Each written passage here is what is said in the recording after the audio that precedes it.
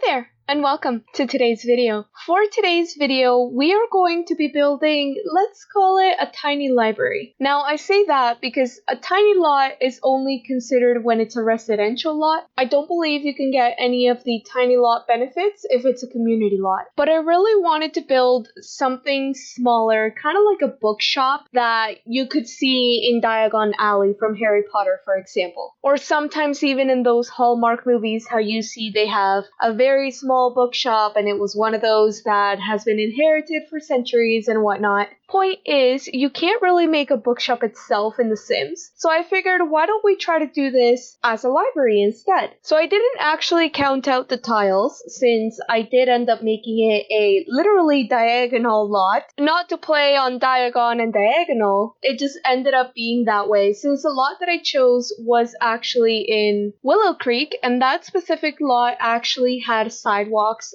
on the corners of it. It had the sidewalk that goes through the front, and then it did have one on the one side, so I figured why don't we try to make this kind of like a diagonal lot, especially considering that we are building a community lot in an area where typically you would only have houses. So that was kind of the intention of this lot, since if you go to Newcrest, for example, there's also a few 20 by 15s, or if you wanted to put this basically in any other world, you can still place it in basically any lot, since I believe 20 by 15 is actually the smallest lots that you can get. So that was the whole intention of this lot in particular. I really wanted it to be very flexible in the sense that you could really put it basically anywhere. So even if you wanted to put this library in what I believe is the biggest lot, I think it's a 64 by 64 right now, you could technically do that and end up putting either a park with it or maybe even some other shops. I've been having a lot of fun building community lots lately, and another one that I want to try, which if I had something like, I think it's Get to Work, that you can have a few different commercial lots, it would be different, but this one will just be for decorative purposes, and I want to get a few different community lots in the same lot. So for example, grabbing something like the Willow Creek Museum and adding in that same lot maybe a library and a lounge or something like that. I want to give that a try, though I'm not too sure how it'll work, and I think it might end up being one of those lots that's a little laggy just because everything would actually be furnished, but it could only be listed as one of the three. So for example, it could only be listed as a library, even though there is technically a lounge there as well. But that will be a build for another day. At the beginning of this video, you probably saw me struggling quite a bit with foundation.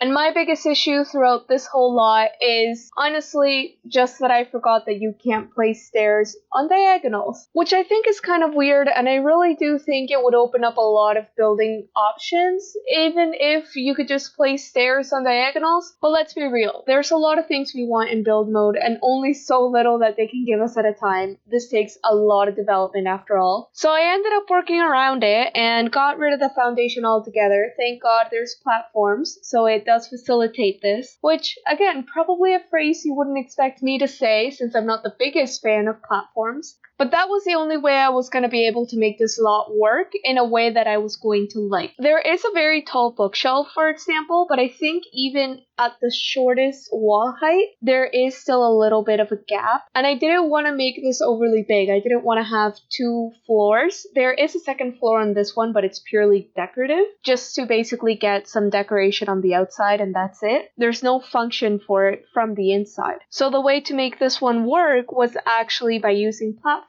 and giving the illusion that there were 2 floors. This was such a small building that I wasn't even sure if I was going to be able to fit a bathroom in there, which thankfully I was able to, and everything is play tested, everything does work. But since I wanted to have that old-timey feel, if you look at a lot of the pictures of what libraries would look like back then, there weren't any computers, there was a lot of space available in some of them, but some others were very cramped. You fit the people in wherever you can, so I wanted to give that illusion, and that ended up meaning that a lot of the chairs are actually decorative. I didn't want to go back and fix this either, since enough of the chairs work, and this is one of those cases where I prioritize how it looks versus the functionality of it. At the end of the day, there are still spaces you can sit. It's not like it's the only chair and you can't sit on it. Same case with the bookshelves. Some of the chairs are blocking the bookshelves, but there's plenty of other bookshelves that you can access. So in this lot, I prioritize prioritized the computers, at least for the chairs work, and most of the bookshelves work as well. So I was pleased enough with that and decided to call it a day. But anyways, we are getting close to the end of this video. Do let me know what you think of this one down below. Do you think I succeeded in making it look like something that might be in Diagon Alley? Then again, there are a lot of restrictions with The Sims when it comes to these type of plots anyways. So I couldn't do things like getting bookshelves all through the wall going up the stairs, especially since this wasn't along a wall anyways. Do let me know what you'd like me to try out next though, and I hope to see you in the next video. Have a great weekend!